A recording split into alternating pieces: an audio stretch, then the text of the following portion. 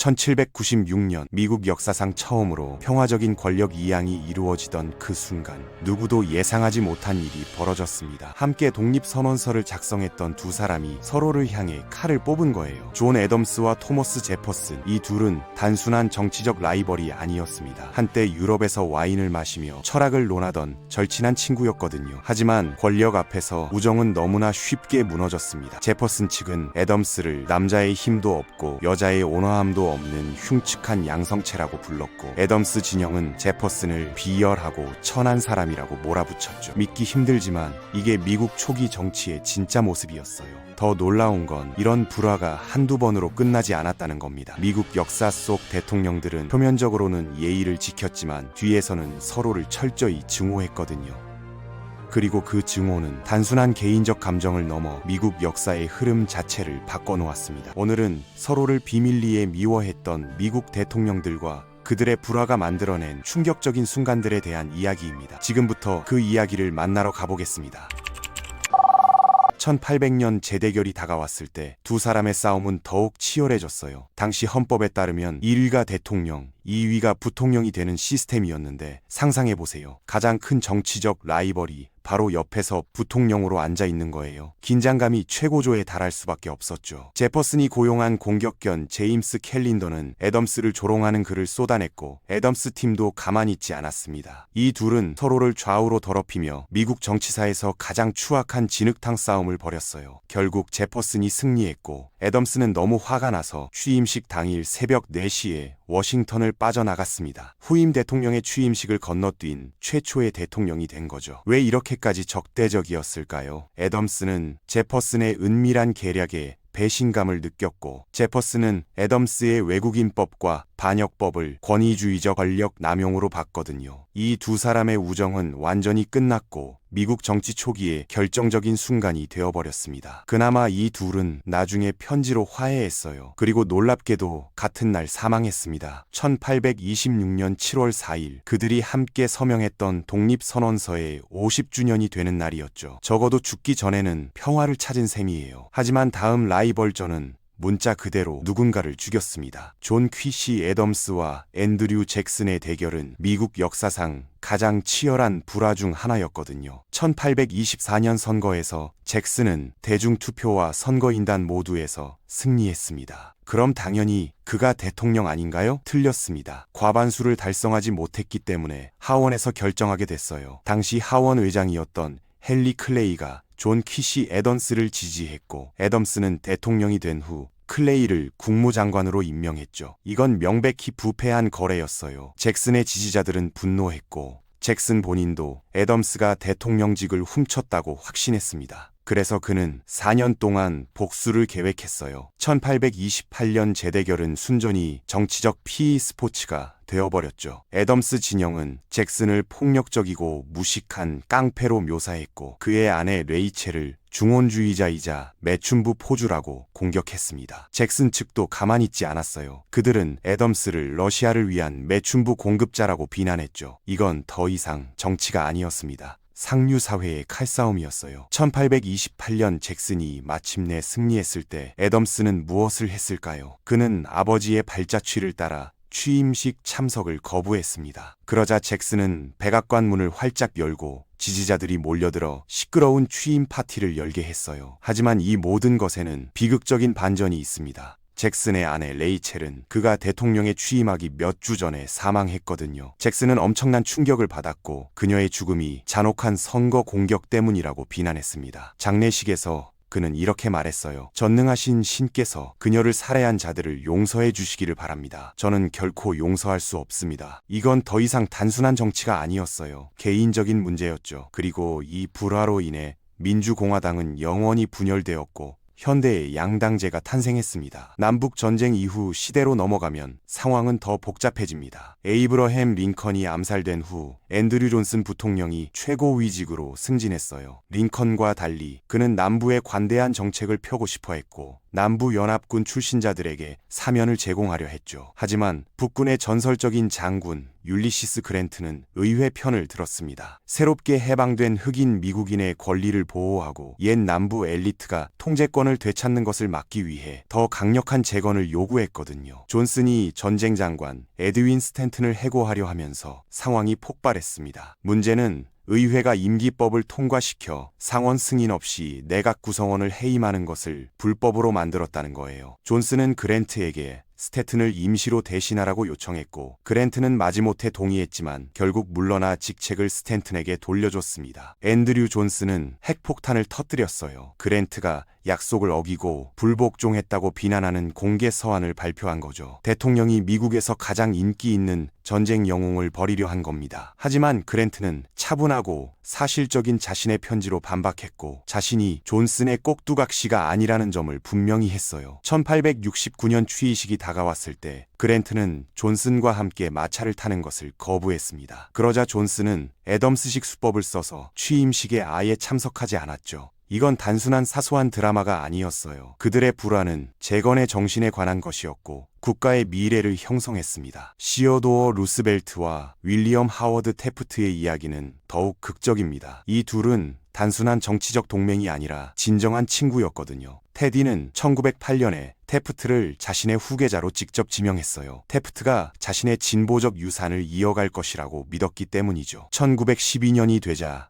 루스벨트는 분노했습니다. 그는 은퇴해서 복귀해 자신이 직접 고른 후임자에게 도전했어요. 루스벨트는 태프트를 수수께끼 재치꾼이라고 부르고 그의 두뇌가 실험용 쥐보다 못하다고 말했죠. 태프트는 루스벨트를 허니푸글러, 즉 달콤한 말로 거짓말하는 사람이라고 반격했습니다. 루스벨트는 너무 분노하여 공화당을 완전히 버리고 제3당인 불무스당을 창당했어요. 그의 증오심은 민주당에게 대통령직을 넘겨줄 정도로 깊었죠. 우드로 윌슨이 압도적으로 승리했고 루스벨트는 실제로 태프트를 인기 투표와 선거인단 모두에서 이겼습니다. 현직 대통령으로서는 정말 굴욕적인 일이었어요. 친구들은 태프트가 눈물을 흘리는 것을 보았다고 합니다. 전 절친이 그를 국민적 웃음거리로 만들었다는 사실에 마음이 아팠던 거죠. 엄선된 후계자에서 맹렬한 적까지 이 불화는 공화당을 영원히 바꿔놓았습니다. 1932년 대공황이 나라를 망가뜨리고 있을 때도 불화는 계속됐어요.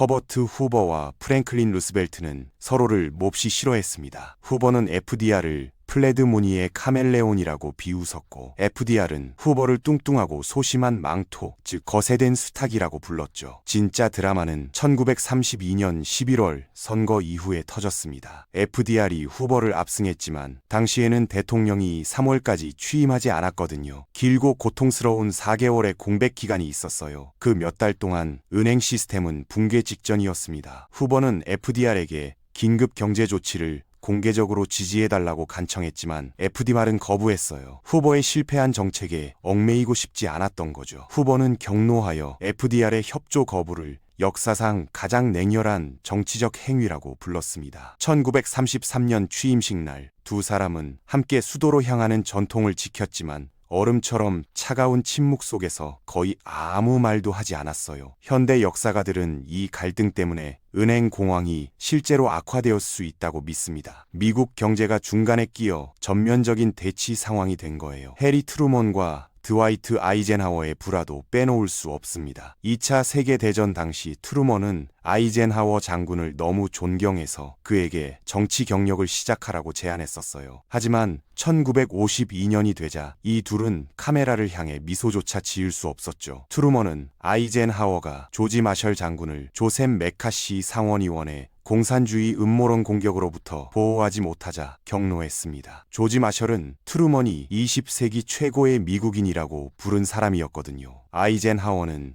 위스콘신에서 선거운동을 하는 동안 마셜을 공개적으로 옹호할 계획이었어요. 하지만 고문들이 발언을 줄이라고 압력을 가했고 아이젠하워는 침묵을 지켰습니다. 트루먼에게 이것은 정치가 아니라 비겁함이었어요. 1953년 취임식 당일 트루먼은 아이젠하워를 백악관에서 열린 커피 모임에 초대했지만 아이젠하워는 거절했습니다. 트루먼은 실증이 나서 나중에 아이젠하워는 일요일에 대해 되지가 않은 것 이상으로 정치에 대해 아무것도 모른다고 썼죠. 이런 원한은 어색할 뿐만 아니라 위험하기도 했어요. 전환이 한국 전쟁 중에 일어났고 조정 부족으로 인해 중요한 정책 브리핑과 인수인계가 지연됐거든요. 트루먼은 리처드 닉슨도 천명의 아들처럼 맹렬히 혐오했습니다. 그는 닉슨을 쓸데없는 거짓말쟁이 놈이라고 부르며 그는 입으로 두 가지 거짓말을 동시에 할 수 있다고 비난했어요. 트루먼은 닉슨에게 투표한 사람은 누구나 지옥에 가야 한다고까지 말했죠. 트루먼은 닉슨을 정치의 모든 잘못된 것의 화신으로 봤습니다. 공산주의 공포가 최고조에 달했을 때 반대자들을 공산주의 동조자로 몰아세워 권력을 잡은 무자비한 기회주의자였거든요. 워터게이트 스캔들이 닉슨의 대통령직을 망쳤을 때 트루먼은 마치 이런 일이 일어날 것을 예견했던 것처럼 조용히 만족했습니다. 1960년 존 F. 케네디가 린든 B. 존슨을 러닝메이트로 선택한 것은 우정에서 비롯된 게 아니라 전략적인 선택이었어요. JFK는 표를 얻기 위해 남부의 권력 중개자가 필요했죠. 하지만 일단 집권하고 나니 두 사람은 서로를 거의 용납하지 않았습니다. 존슨은 케네디 가문이 자신을 귀족들로 가득한 방에서 무례한 비밀 거래자처럼 대하는 것에 대해 속으로 분노했어요. 그는 바비 케네디를 콧물 흘리는 어린 아들이라고 부르기도 했죠. JFK가 암살된 후 존슨은 케네디 왕조가 다시는 일어나지 않도록 했습니다. 1967년 그는 반인륜주의법을 강행하여 미래의 대통령이 케네디 가문의 사람을 정부 최고 직위에 임명할 수 없도록 했어요. 이는 케네디 가문을 직접적으로 공격하는 것이었죠. 존슨은 JFK 밑에서 부통령을 맡는 것은 마치 어깨 위에 까마귀가 맴돌아 다니는 것과 같다고 농담했습니다. 까마귀는 존재하지만 무력하다는 의미였어요. 대통령이 된 후 LBJ는 케네디의 충성파를 밀어냈고 JFK가 국회의사당에서 캐롤라인의 세발 자전거를 탄다고 비웃었죠. 존슨의 닉슨에 대한 증오심은 케네디 가문과의 문제보다 더 깊었습니다. 그는 문자 그대로 닉슨을 반역죄로 고발했거든요. 1968년 존슨이 대통령직을 떠나기 전 베트남에서 평화 협상을 위해 필사적으로 노력했지만 닉슨의 선거 캠프는 비밀리에 회담을 방해하고 있었어요. 닉슨의 측근들은 남베트남 지도자들에게 협상을 미루라고 말하며 닉슨이 선거에서 이기면 더 나은 거래를 할 수 있을 것이라고 약속했습니다. LBJ가 이 사실을 알게 되자 격노하며 이를 반역이라고 불렀고 닉슨의 손에 피가 묻어 있다고 말했어요. 나중에 FBI의 도청과 NSA의 정보 수집을 통해 존슨이 의심했던 내용이 정확히 확인됐습니다. 닉슨 팀은 평화 과정에 적극적으로 개입했던 거예요. 하지만 존슨은 공개하지 않았습니다. 닉슨의 배신을 폭로한다는 것은 FBI가 그를 비밀리에 감시하고 있다는 사실을 인정하는 것을 의미했거든요. 역사가들은 닉슨의 방해 공작으로 인해 베트남 전쟁이 수년간 장기화되었고 수만 명의 목숨이 희생되었다고 생각합니다. 모두 정치적 이득을 위한 것이었죠. 1980년 지미 카터는 로널드 레이건에게 참담하게 재선에 실패했어요. 나라는 인플레이션, 가스 부족, 이란 인질 위기로 혼란에 빠져 있었죠. 열쇠를 건네줄 때가 되었을 때 카터는 잡담을 나눌 기분이 아니었습니다. 레이건도 도움이 되지 않았어요. 한 고위급 전환 회의에서 레이건은 뒷짐을 지고 메모 하나 하지 않고 거의 대화에 참여하지 않았다고 전해집니다. 이미 좌절한 카터는 브리핑 도중 레이건이 주의를 기울이지 않았다며 쏘아붙였죠. 진짜 드라마는 낸시 레이건이 취임식 몇 주 전에 백악관 게스트하우스에 일찍 입주해 재장식을 시작할 수 있겠느냐고 물었을 때 발생했습니다. 카터 부부는 그 요청이 너무나 오만하다고 생각하여 단호히 거부했어요. 그리고 카터가 더 이상 공격할 수 없다고 생각했을 때 레이건이 취임한 지 몇 분 만에 이란 인질들이 풀려났습니다. 카터는 위기를 해결하기 위해 444일을 보냈는데 그가 사무실을 떠날 때 획기적인 변화가 일어난 거예요. 마지막 일격에 배를 얻어맞은 셈이었죠. 버락 오바마와 도널드 트럼프 사이의 원한은 정치에서 시작되지도 않았습니다. 타블로이드지에서 시작됐거든요. 트럼프가 대통령에 출마하기 수년 전부터 그는 오바마가 미국에서 태어나지 않았다고 주장하며 출생지서를 가장 큰 소리로 외쳤어요. 오바마가 출생증명서를 공개한 후에도 트럼프는 계속해서 논란을 부추겼습니다. 2011년 백악관 특파원 만찬에서 오바마가 마이크를 잡았을 때 그는 반격할 기회를 봤어요. 워싱턴의 모든 엘리트들 앞에서 트럼프를 맹렬히 비난하며 그의 리얼리티 쇼를 조롱했죠. 트럼프는 무표정하게 앉아 있었는데 마치 언젠가는 복수할 거야 라고 말하려는 듯 했습니다. 어떤 이들은 트럼프가 대선에 출마하기로 결심한 순간이 바로 그 순간이라고 믿기도 해요. 2016년 트럼프가 승리하고 오바마의 유산을 조각조각 해체하는 것을 자신의 사명으로 삼았을 때 보복의 시간이 왔습니다. 그는 저렴한 의료법의 일부를 폐지하고 이란 핵 협정에서 탈퇴하고 파리 기후 협정을 파기했어요. 트럼프는 오바마가 2016년